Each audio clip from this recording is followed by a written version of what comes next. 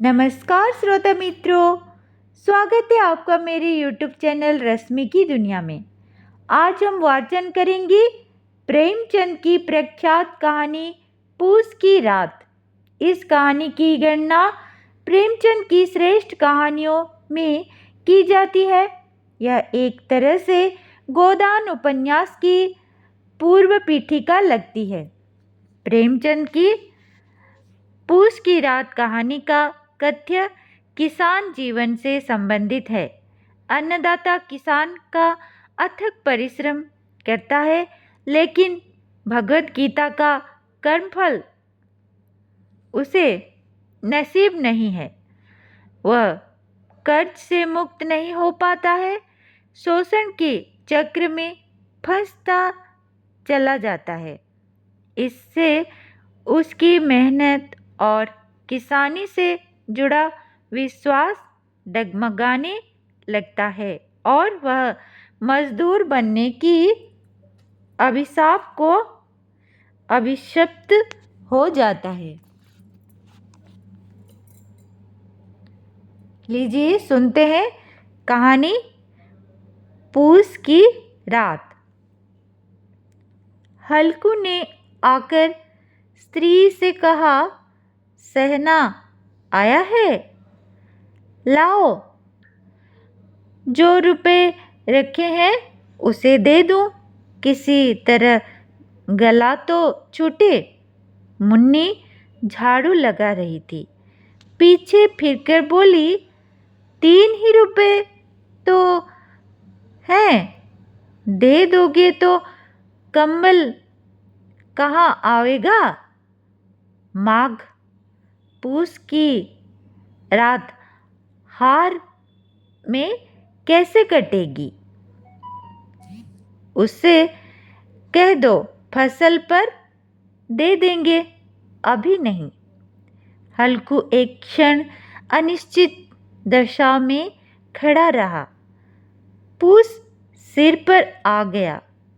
कंबल के बिना हार में रात को वह किसी तरह नहीं जा सकता, मगर सहना मानेगा नहीं। घुड़कियाँ जमावेगा, गालियाँ देगा। बला से जाड़ों में मरेंगे, बला तो सिर से टल जाएगी। यह सोचता हुआ वह अपना भारी भरकम डील लिए हुए, जो उसके नाम को झूठ सिद्ध करता था, स्त्री के समीप आ गया और खुशामद करके बोला, ला दे दे, गला तो छूटे। कंबल के लिए कोई दूसरा उपाय सोचूंगा।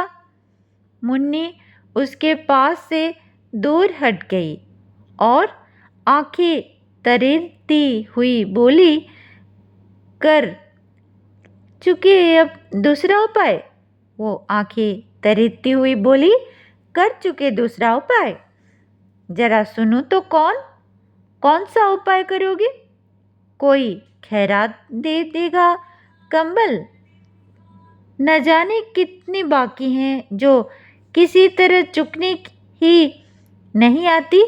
मैं कहती हूँ, तुम क्यों नहीं खेती छोड़ देते, मर मर काम करो, उपज हो तो बाकी दे दो। चलो छुट्टी हुई, बाकी चुकाने के लिए ही तो हमारा जन्म हुआ है।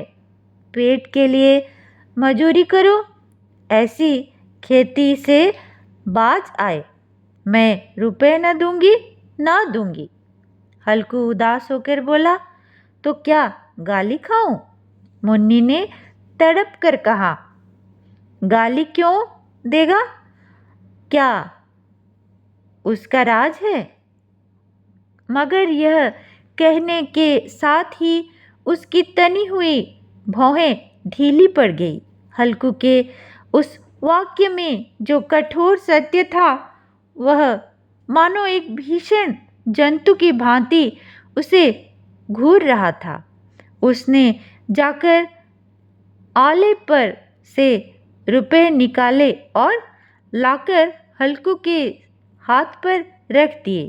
फिर बोली, तुम छोड़ दो अब की से खेती, मजूरी में सुख से एक रोटी तो खाने को मिलेगी, किसी की धांस तो न रहेगी। अच्छी खेती है, मजूरी करके लाओ, वह भी उसी में झोंक दो, उस पर धौंस।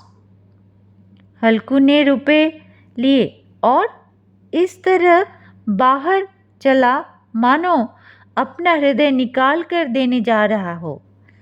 उसने मजूरी से एक एक पैसा काट कपट कर 3 रुपए कंबल के लिए जमा किए थे।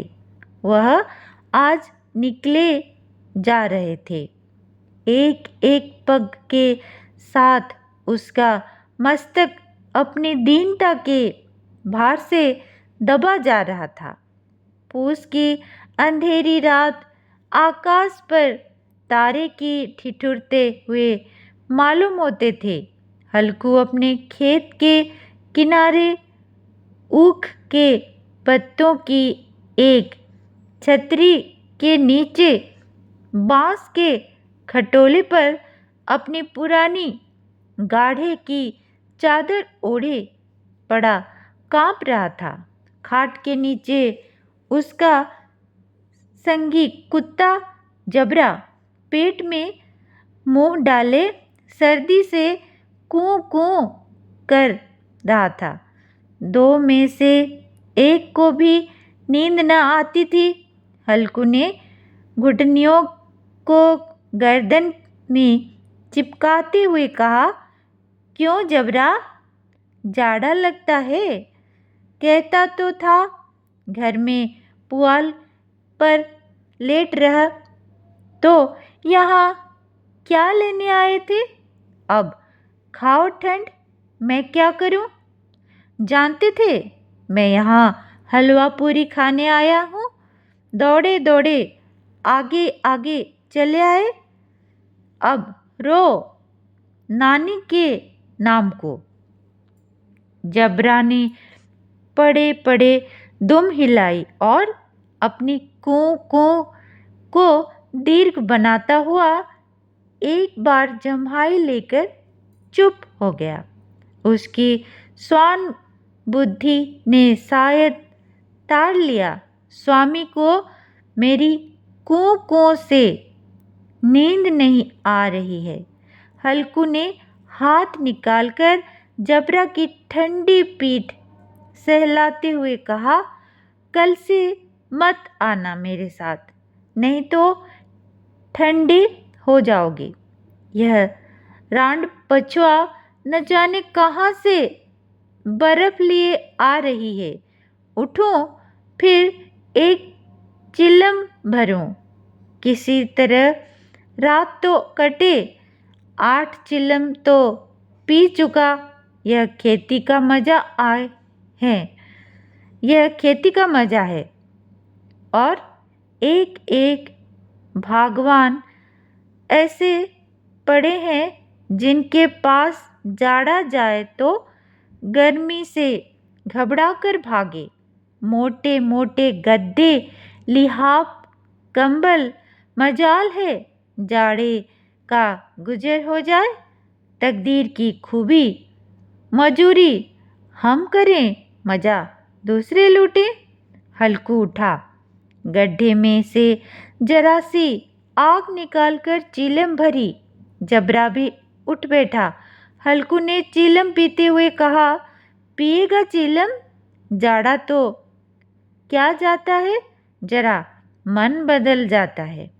जबरा ने उसके मुंह की ओर प्रेम से छलकती हुई आंखों से देखा। हल्कू, आज और जाड़ खा लो, आज और जाड़ खा लो। कल से मैं यहाँ पुआल बिछा दूंगा, उसी में घुसकर बैठना, तब जाड़ा न लगेगा। जबरा ने अपने पंजे उसकी घुटनियों पर रख दिया और उसके मुंह के पास अपना मुंह ले गया।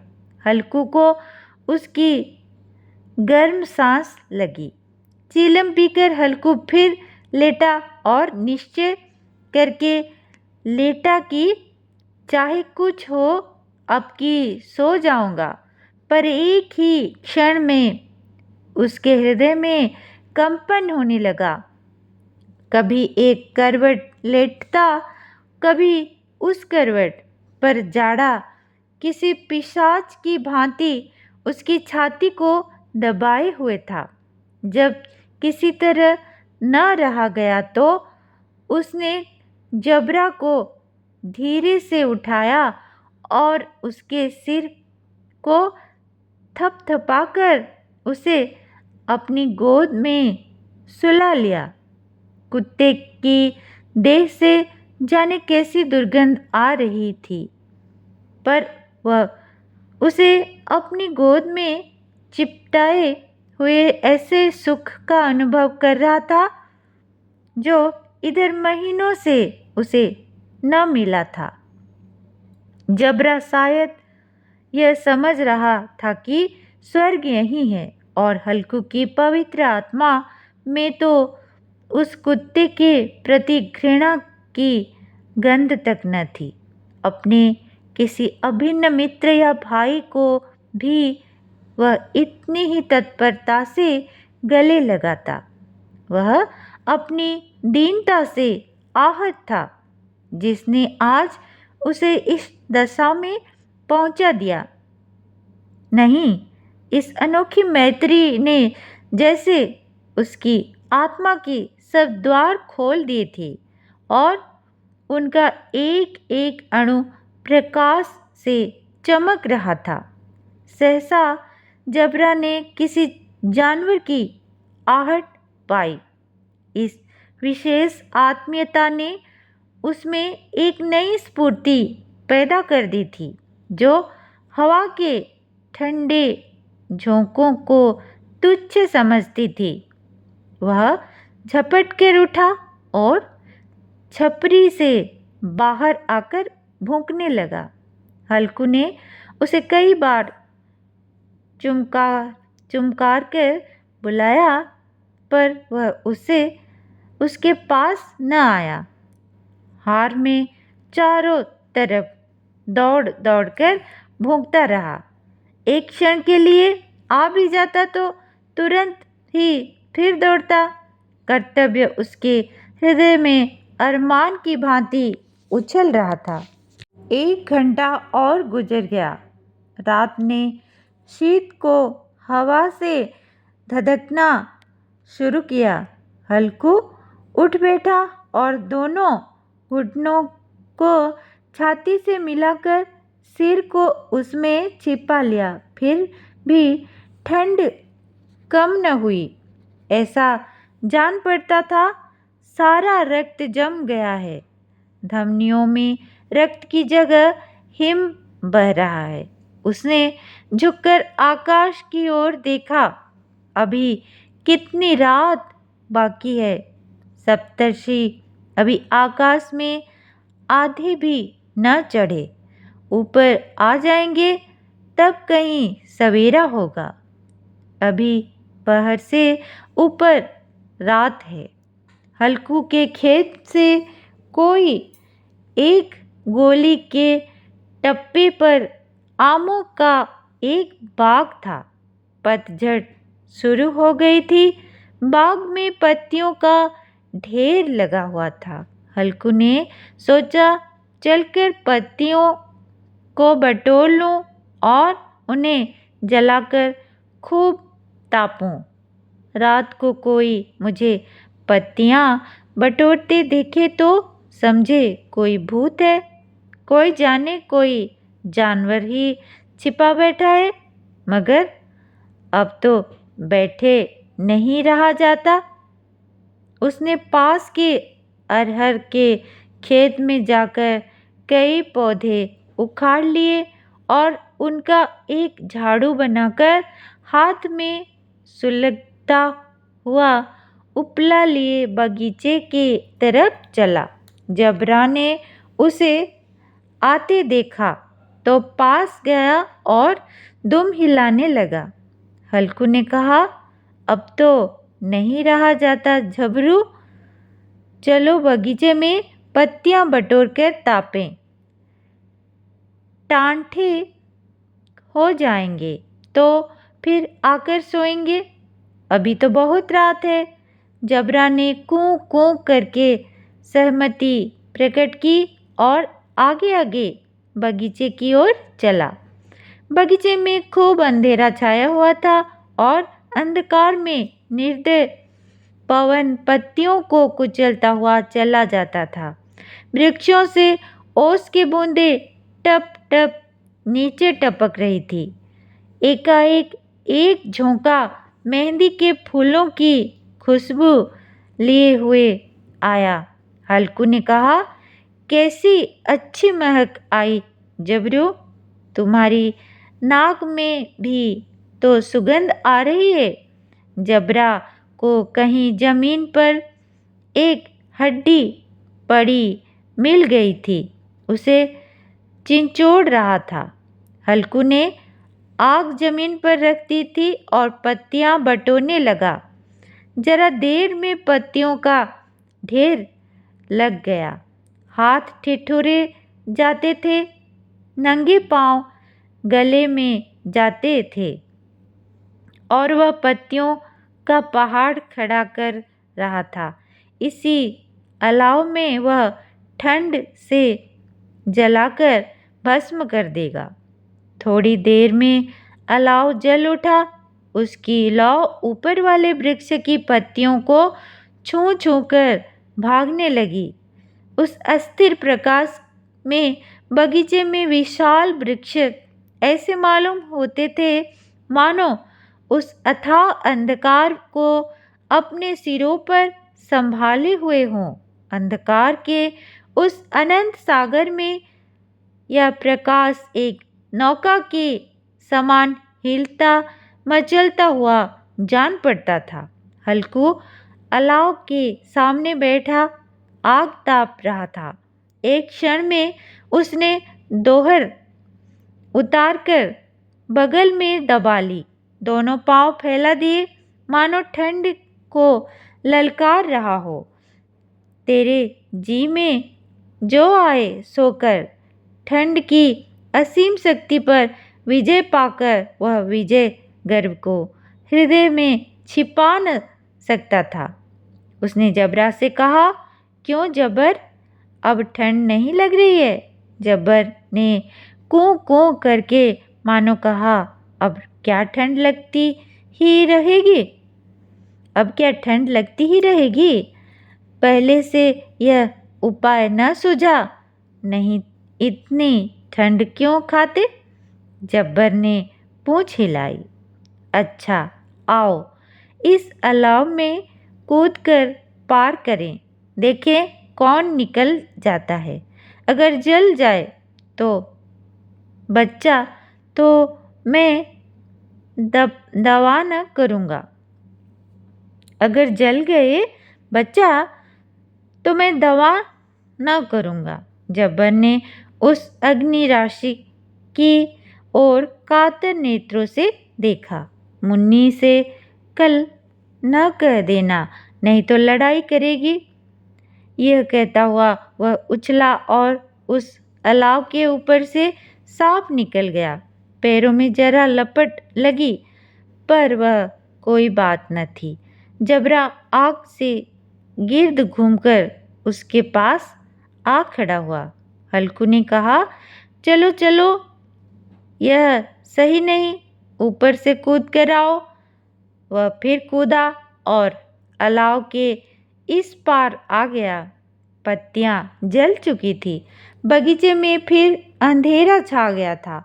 राख के नीचे कुछ कुछ आग बाकी थी, जो हवा का झोंका आ जाने पर जरा जाग उठती थी, पर एक क्षण में फिर आंखें बंद कर लेती थी।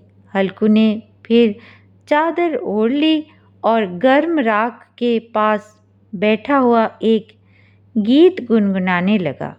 उसके बदन में गर्मी आ गई थी, पर ज्यों-ज्यों शीत बढ़ती जा रही थी, उसे आलस्य दबाए लेता था। जबरा जोर से भौंककर खेत की ओर भागा। हल्कू को ऐसा मालूम हुआ कि जानवरों का एक झुंड खेत में आया है। शायद नील गायों का झुंड था। उनके कूदने दौड़ने की आवाज़ साफ कान में आ रही थी। फिर ऐसा मालूम हुआ कि खेत में चर रही है। उनके चबाने की आवाज़ चर्र चर्र सुनाई देने लगी। उसने दिल में कहा, नहीं, जबरा के होते हुए कोई जानवर खेत में नहीं आ सकता, नोच ही डालेगा। मुझे भ्रम हो रहा है। कहाँ, अब तो कुछ सुनाई नहीं देता। मुझे भी कैसा धोखा हुआ। उसने जोर से आवाज़ लगाई, जबरा, जबरा। जबरा भौंकता रहा, उसके पास न आया। फिर खेत के चरे जाने की आहट मिली। अब वह अपने को धोखा न दे सका। उसे अपनी जगह से हिलना जहर सा लग रहा था। कैसा दंदाया हुआ था। इस जाड़े पाले में खेत में जाना, जानवरों के पीछे दौड़ना असह्य जान पड़ा। वह अपनी जगह से न हिला। उसने जोर से आवाज़ लगाई, लीहो, लीहो, लीहो। जबरा फिर भौंक उठा। जानवर खेत चर रहे थे। फसल तैयार है। कैसी अच्छी खेती थी, पर ये दुष्ट जानवर उसका सर्वनाश किए डालते हैं। हल्कू पक्का इरादा करके उठा और 2-3 कदम चला, पर एकाएक हवा का एक ऐसा ठंडा चुभने वाला बिच्छू के डंक सा झोंका लगा कि वह फिर बुझते हुए अलाव के पास आ बैठा और राख को कुरेदकर अपनी ठंडी देह को गरमाने लगा। जबरा अपना गला फाड़ डालता था। नील गायें खेत का सफाया किए डालती थी और हल्कू गर्म राख के पास शांत बैठा हुआ था। अकर्मण्यता से रस्सियों की भांति उसे चारों तरफ से जकड़ रखा था। उसी राख के पास गर्म जमीन पर वह चादर ओढ़कर सो गया। सवेरे जब उसकी नींद खुली, तब चारों तरफ धूप फैल गई थी और मुन्नी कह रही थी, क्या आज सोते ही रहोगे? तुम यहाँ आकर रम गए और उधर सारा खेत चौपट हो गया। हल्कू ने उठकर कहा, क्या तू खेत से होकर आ रही है? मुन्नी बोली, हाँ, सारे खेत का सत्यानाश हो गया। भला ऐसा कोई भी सोता है? तुम्हारे यहाँ मड़ैया डालने से क्या हुआ? हल्कू ने बहाना किया, मैं मरते मरते बचा। तुझे अपने खेत की पड़ी है। पेट में ऐसा दर्द हुआ कि मैं ही जानता हूँ। दोनों फिर खेत के डांड पर गए। देखा सारा खेत रौंदा पड़ा हुआ था और जबड़ा मड़ैया के नीचे चित लेटा हो, मानो प्राण ही ना हो। दोनों खेत की दशा देख रहे थे। मुन्नी के मुख पर उदासी छाई थी, पर हल्कू प्रसन्न था। मुन्नी ने चिंतित होकर कहा, अब मजूरी करके माल गुजारी भरनी पड़ेगी। हल्कू ने प्रसन्न मुख से कहा, रात को ठंड में यहाँ सोना तो न पड़ेगा। कहानी यहीं समाप्त होती है। मेरा ये प्रयास आपको कैसा लगा, आप कमेंट के माध्यम से बता सकते हैं। अगर अच्छा लगे तो मेरा चैनल लाइक और सब्सक्राइब ज़रूर कीजिएगा। धन्यवाद श्रोता मित्रों।